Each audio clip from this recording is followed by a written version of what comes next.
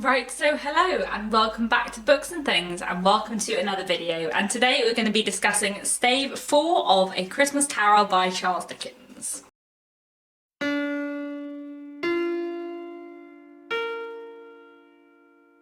So I am currently hosting a read-along of Charles Dickens' wonderful novella, A Christmas Carol. I'll leave all the details down below and the reading schedule, but over the last few days we've been reading Stave 4, The Last of the Spirits, which is all about the ghost of Christmas yet to come, which is what I'm going to be talking about today. So in this chapter, Scrooge is visited by the ghost of Christmas yet to come, the ghost of Christmas future, who takes him through Christmases of the future, most of which are around death. And Scrooge sees his own death in the future, and how everyone around him reacts to his death and how little he is regretted, how little he has missed, how little anyone cares for him when he dies.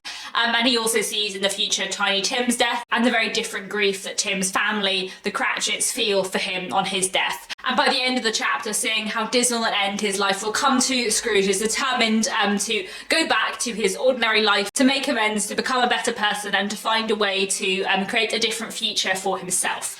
So there are quite a few interesting things that I want to talk about in relation to Stave 4. The first thing I want to discuss, which I think is really interesting, is how different the tone is of this chapter to the previous chapters we've had. So I spent quite a lot of time in the previous 3 videos talking about how I enjoy Dickens' storytelling narrative voice and how he, as a narrator, often intrudes on the narrative and kind of makes wry comments about what's going on. That doesn't happen in Stave 4. Dickens' narrative voice is not present. And we have a very different, interesting tonal shift in this chapter.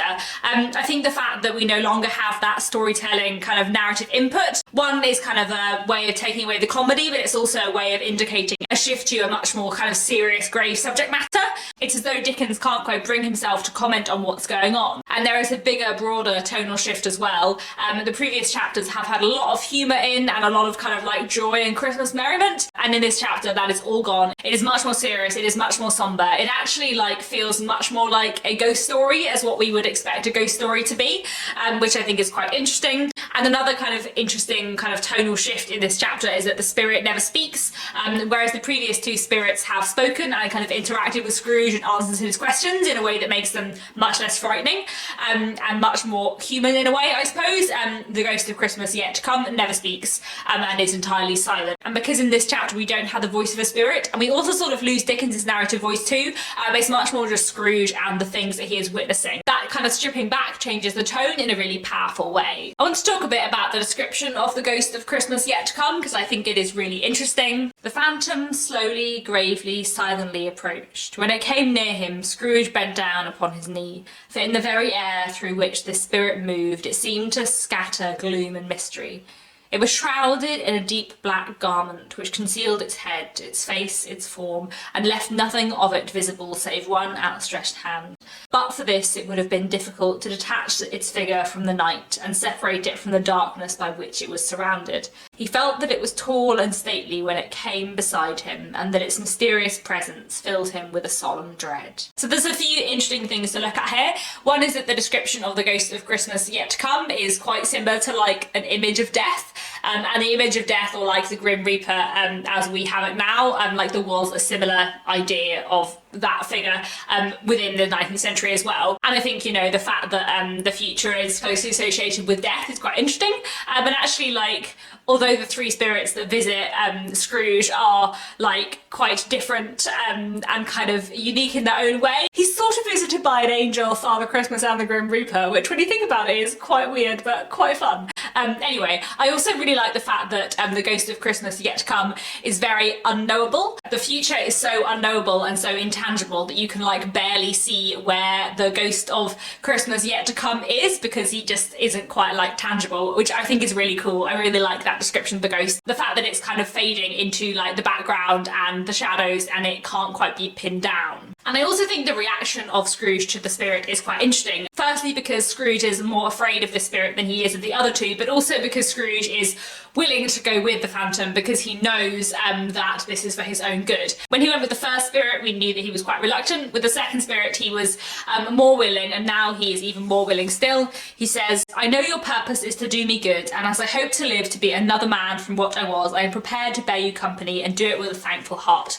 and so the spirit leads him on. Now let's talk about the two very different depictions of death and grief that we see in this chapter, because that's what this chapter is in many ways about. Yes, this is the ghost of Christmas yet to come, but really this chapter is not so much about like the future in general as it is all about death. So the first death, or the first like aftermath of a death that we witness, is Scrooge's death. And obviously Scrooge doesn't really like technically find out that it's his death until the end of the chapter, but it's really obvious that it's Scrooge. Like I think it's obvious very immediately that the person who's died is Scrooge. And I think it's pretty obvious to Scrooge as well. Later, before he dares to read the name on the grave that the spirit leads him to, he says, "Before I draw nearer to that stone to which you point, answer me one question. Are these shadows of things that will be, or are they shadows of things that may be only?" And he asked that, I think, because he knows that it is his grave, and he knows, I think, really early on, even though he kind of denies it to himself, I think Scrooge does know before the moment he sees his name that the person who's died is himself. And obviously we definitely know it as readers, it's very clear from the beginning. And it's interesting because we did see in Stave 2 a little bit of how people talk about Scrooge behind his back. We saw the Cratchit family, and Bob Cratchit, you know, has some respect for Scrooge, but the rest of his family, you know, hates him, and he is considered the ogre of the family. And Fred and his friends kind of find Scrooge a sort of comically awful character who, even though Fred kind of tries with him, all of his friends kind of dislike Scrooge and think really badly of him. But now we see it like pushed to an even bigger extreme, where even on Scrooge's death, no one cares for him at all. And it's not just the fact that people didn't like Scrooge, but the fact that people care so little about his death and even seem to find it amusing, which I think is like, it's unpleasant to read in many ways. Like the conversations we see in this chapter and the reaction to Scrooge's death, I think are really telling and kind of shock Scrooge more than anything. And they also tell us so much about how people view Scrooge and how Scrooge has made other people view him to the point where he's cared so little for other people that no one has any kindness left to spare for him. I don't know much about it either way. I only know he's dead. When did he die? Inquired another. Last night, I believe.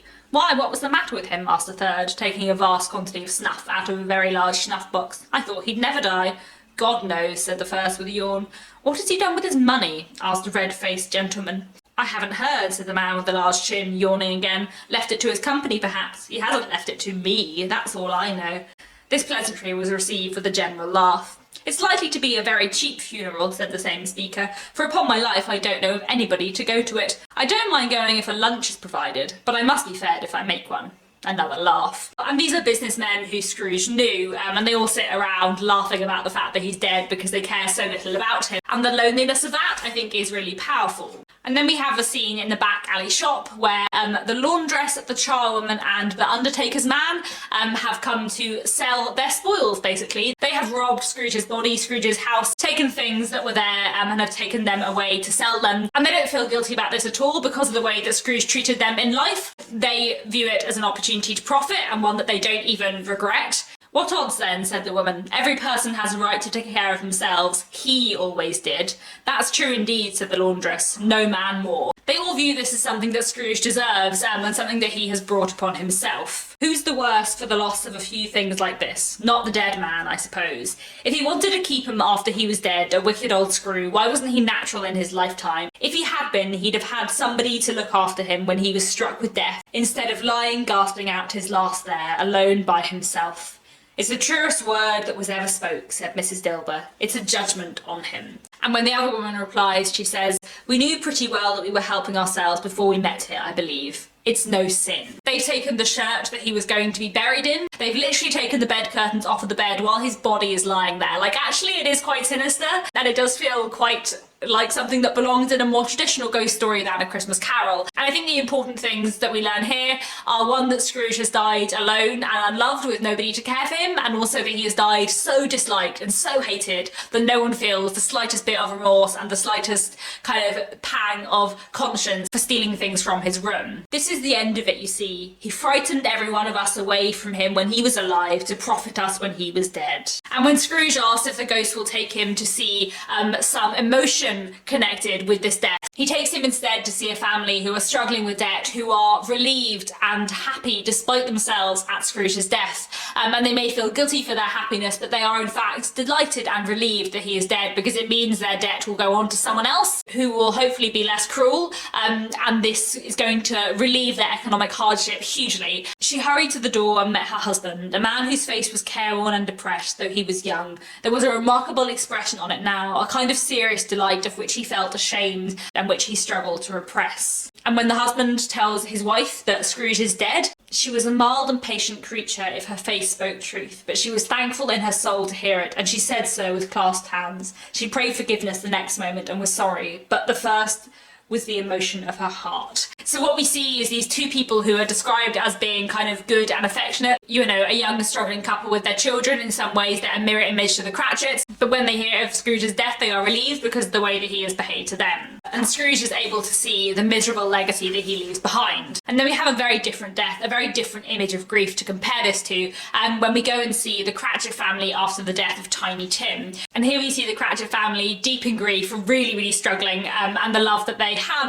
for their son who has now died. I really like the bit where the first thing we see is the family sat around in silence, which so powerfully contrasts to the Christmas Day scene we saw in the chapter before. Mrs. Cratchit stops sewing and says that the colour is hurting her eyes, and says that I wouldn't show weak eyes to your father when he comes home for the world. She is crying over the death of her son, and she doesn't want her husband to see, because she is trying so hard to keep it together for him. We learn that the death has been very recent because Bob Cratchit on the way home has gone to see the place where Tiny Tim's grave is going to be. It would have done you good to see how green a place it is, but you'll see it often. I promised him that I would walk there on Sunday. And then Bob begins to cry.